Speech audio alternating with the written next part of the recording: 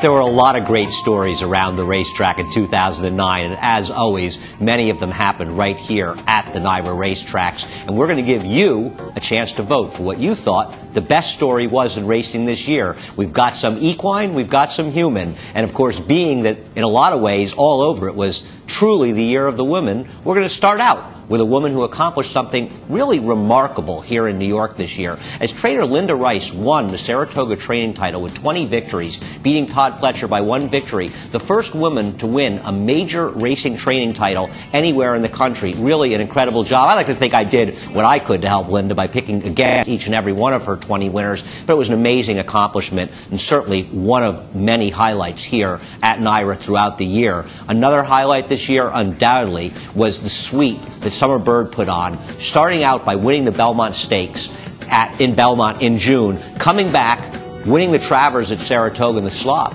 and then coming back and winning the Jockey Club Gold Cup in Belmont in October. A sweep that's been performed before, but still a very, very difficult thing to do. And Summer Bird, an extremely worthy winner of that, and perhaps the best 3-year-old colt we saw run all this year anywhere in the country. And there was another accomplishment this year by a human, not a horse, that was really, really noteworthy. And of course, that was the domination that Ramon Dominguez put over in New York throughout the year, winning the riding title at every single meet that we've had in New York this year, and winning over 350 races while we're taping this, with still a few days left to go. Second only in wins in New York for a year behind Steve Cawthon. And while Steve Cawthon, not to say Ramon did a better job than Steve Cawthon, but it is worth noting that when Steve Cawthon did that, we were racing 6 days a week in New York.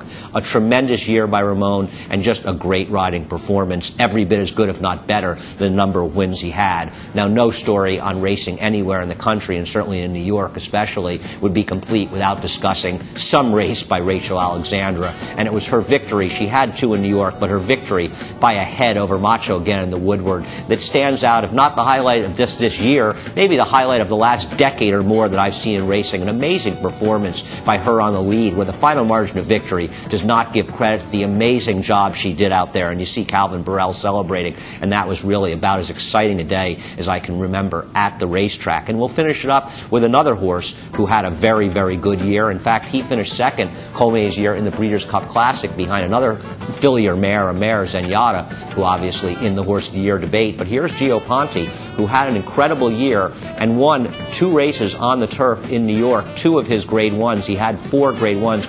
Here he is winning the Manhattan. You saw him before coming back with Ramon after winning the Man of War. This was the Manhattan Garrett Gomez rode that day. He made the move from last to first, and Gio Ponti had a tremendous year, and some of his better performances, once again, were right here at the NYRA tracks in New York. So if you'd like to vote, if you can pick among those performances, here they are again. Number 1, Linda Rice, winning the training title at Saratoga. Number 2, Summer Bird, sweeping the Belmont, the Travers, and the Jockey Club Gold Cup. Number 3, Ramon, sweeping every riding title and every track and meet we've had in New York this year. Number 4, Rachel Alexandra, sweeping us off our feet up in Saratoga. And Gio Ponti, who, if it wasn't for the bog we ran the Joe Hurst Turf Classic, he would have swept all our major Grade 1 turf races this year. Tough to choose. They were all tremendous performances. But go to vote at www.facebook.com/the NYRA, or there will be a link on the home page. But go vote and let us know what you think the best performance we saw in New York. They were all worthy, and they all wouldn't have been as enjoyable without your support. Thanks a lot.